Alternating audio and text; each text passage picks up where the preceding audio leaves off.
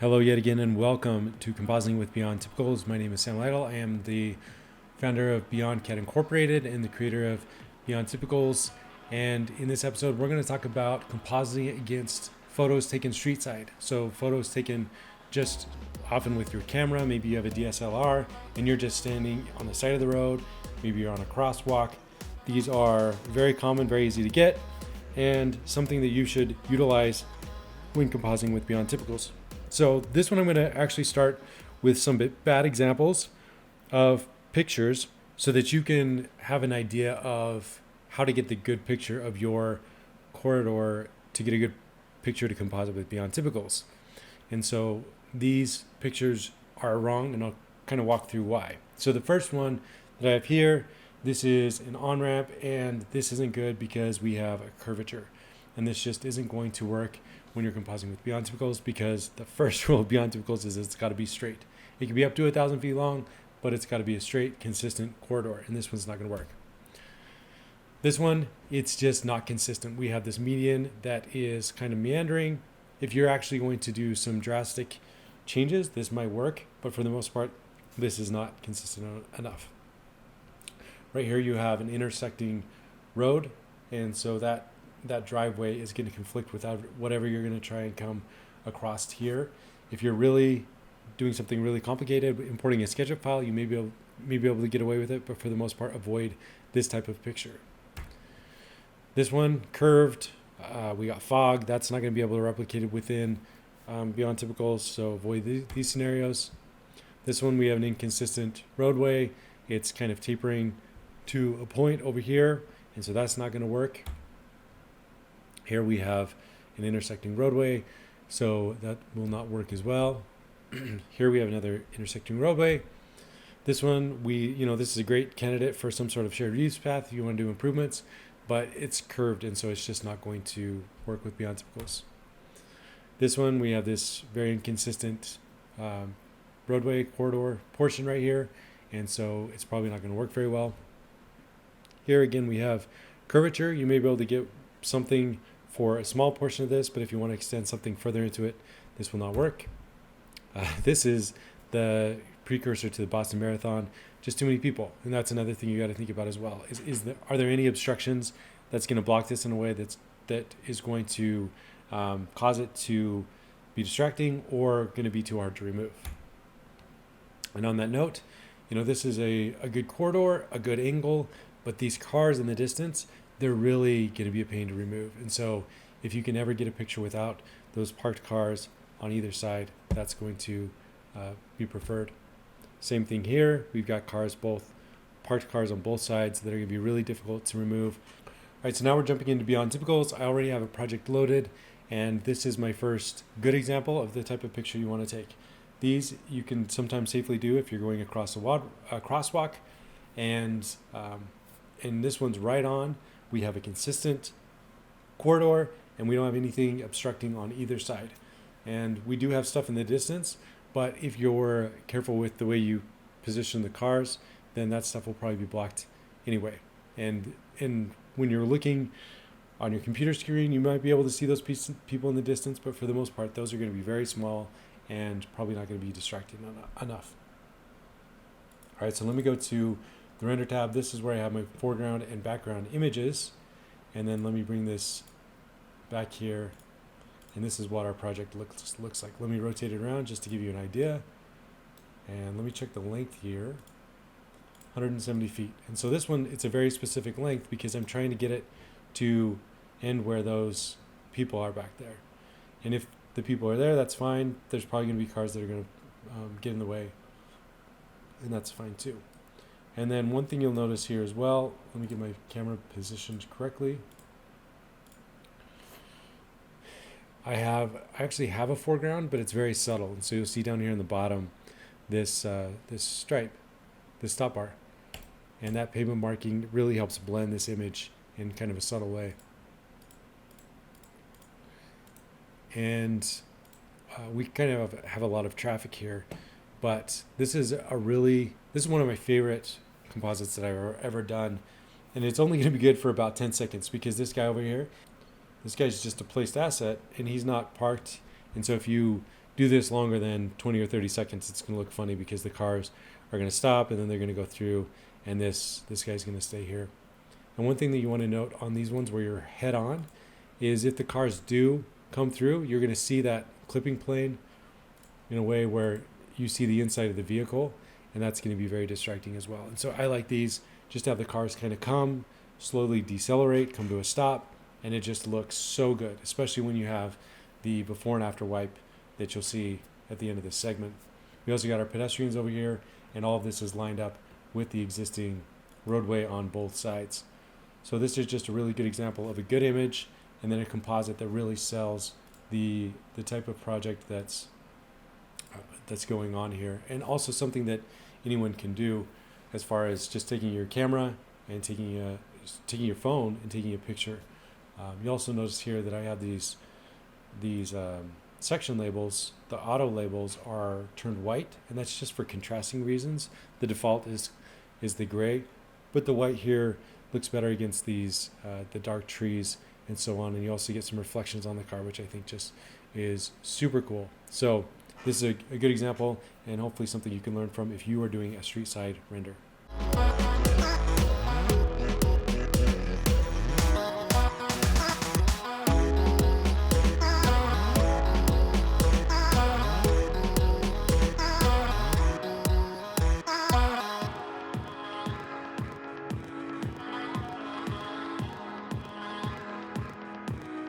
All right, in this second example, we have another street side photo that's going to be a pretty good example. And there were some vehicles over here across the way, and if you look closely, you can see it's kind of messed up. And I just used my Pixel phone, the Magic Eraser. There are Magic Eraser tools on a lot of phones. You can find online tools as well.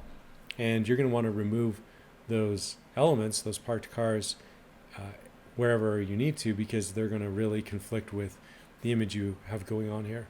You'll notice here too, I have this big flower in the way, and that's by design because foreground elements can help blend it in. And you can look at the foreground video for more information on how to clip out those elements and bring them in as a foreground and a background. But whether you put them there by design when you're taking the photo, or they're just there because there might be a pole in the way, it really is possible to kind of pull those elements into different layers and give some depth to your scene. One thing you'll notice when I turn on the proposed here is this is all kind of at a tilt. There's a natural crown in the road for drainage purposes, and that's not something currently possible with Beyond Typicals, but it didn't really matter. And so let me pull this back in here, and you can see here we have the foreground and the background images. And one thing that I want to point out too is there was a shadow from this parked car, and rather than remove it, I just moved this car in a way where it lined up perfectly, and then went and found the sun and then made that line up in a way so it really kind of sells the fact that there is a car, there is a shadow, and that's blending from the 3D environment into the photo. We have a bus lane going through here again. Again, we have some customization on these auto-generated labels with the whites, and we have the bikes for the bike lanes and the red for the bus lanes. This is a really good scenario both for an image render or an animated video that you could use on your PowerPoint, on your project website, public meeting, whatever it is, to fully utilize Beyond Typicals.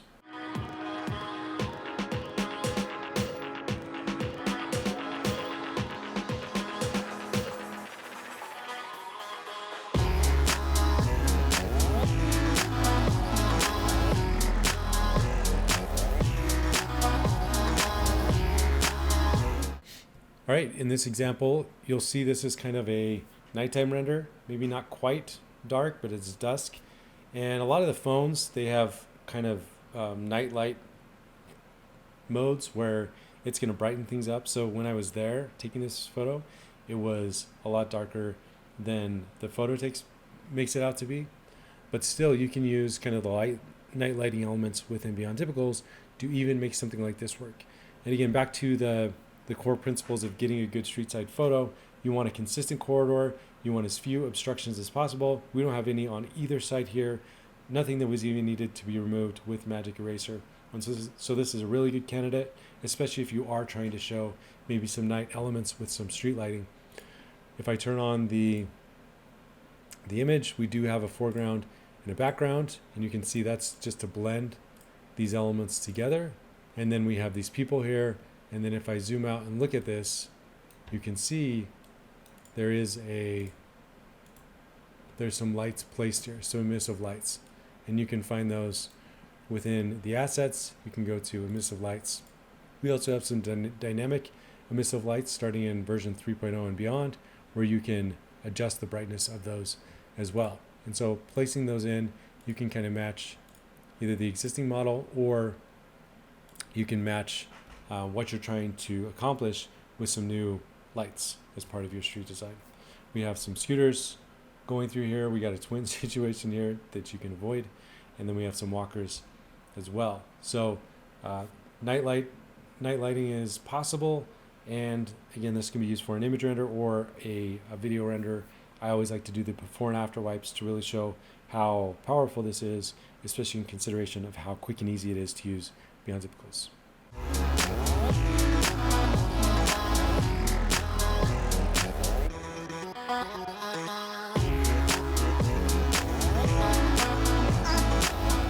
All right, in this example, you can see I've got another kind of low volume street.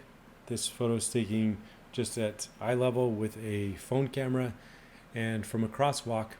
And again, if you're doing this, make sure you're doing this safely. And this is a great candidate as well, because again, we have a consistent corridor. It's going to end at the stop sign, so we got to think about what we're going to do with our section at that point. We don't have any obstructions on either side here. And one thing that I want to point out in this image is the shadows. And this is something you want to think about. If you're going to be in a shaded scenario like you see here, we have the buildings at kind of a late time of day, and so we have long shadows completely covering the street. That might be what you want to look for, but it's going to make it a little bit trickier to do within Beyond Typicals. So let me pull this in. We've got our existing road, and you can see here that I didn't mess with the lighting, and it doesn't blend in. It's really off. And that's something that you want to keep in mind as you do this. So if I go to proposed, you'll see here it's shaded. And what I did is I just took a large building, and this is similar to how I do the streets and some of the other ones. But this large building, you can select it. You can see it there.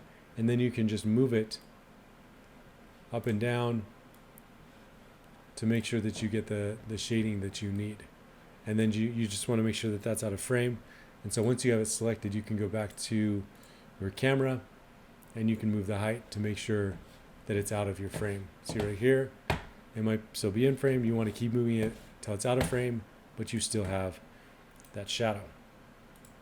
This is a really cool kind of mixed use scenario where we have bikes, peds, scooters, cars, all sharing the road together in a really low speed situation. We've got our bike charging stations over here, and we even have some trees as well. And so we can go from the existing to the proposed. Again, the existing, I didn't do the shading for, so you could just use the existing image. But then the proposed, this is just something much more modern, much more complete streets type scenario.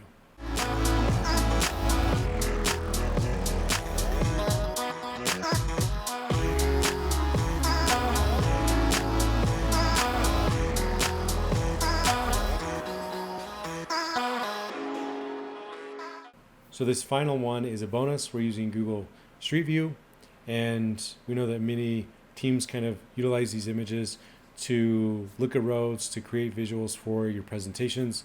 And in this example, we've pulled one from a freeway in California. And again, it needs to follow the same standards as the other one, which is basically we need a long, consistent corridor, not long, but a straight, consistent corridor without obstructions that's going to make it not blend correctly when we bring in our 3D model. And so this fits that criteria. And in this scenario, we're going to build out an existing. We want to show how what would happen if we cut back this hill into a retaining wall scenario, which you can do with Beyond Typicals, and widen this freeway. So if we turn on our model, we have something existing like this, and then we have our proposed. And you can see it just pushes out that third lane. And if you look really closely, this is kind of a trick of Beyond Typicals. We're using some different pavement types to show that this is new asphalt paving, and this has the wear paths, so it's old asphalt paving. But we have our labels showing all that as well. And then we have our other one down here below. This is a slope scenario, and that's captured in the Beyond Typicals model, as well as when we do the composite. Up here on the right, we're just kind of lucky that the texture library that we have within Beyond Typicals can kind of match what we have there, but that might take some tweaking. You can go through and recolor some of those. So if you unlock and we do grass, so I could change that to whatever I want. But if I get that grass that's going to match, and if it doesn't match exactly, you can go and tweak that a little bit and darken that, and maybe we want to make it a little bit more green. You have all that control within the texturing dialog. And so this is it's Streetside, but it's using Google Street View, and just another example of the way you can use Beyond Typicals to make these image or video renders for your visuals, your graphics, your public outreach, whatever you're using Beyond Typicals for. So that wraps it up for this episode of Compositing with Beyond Typicals, and I will talk to you in the next one.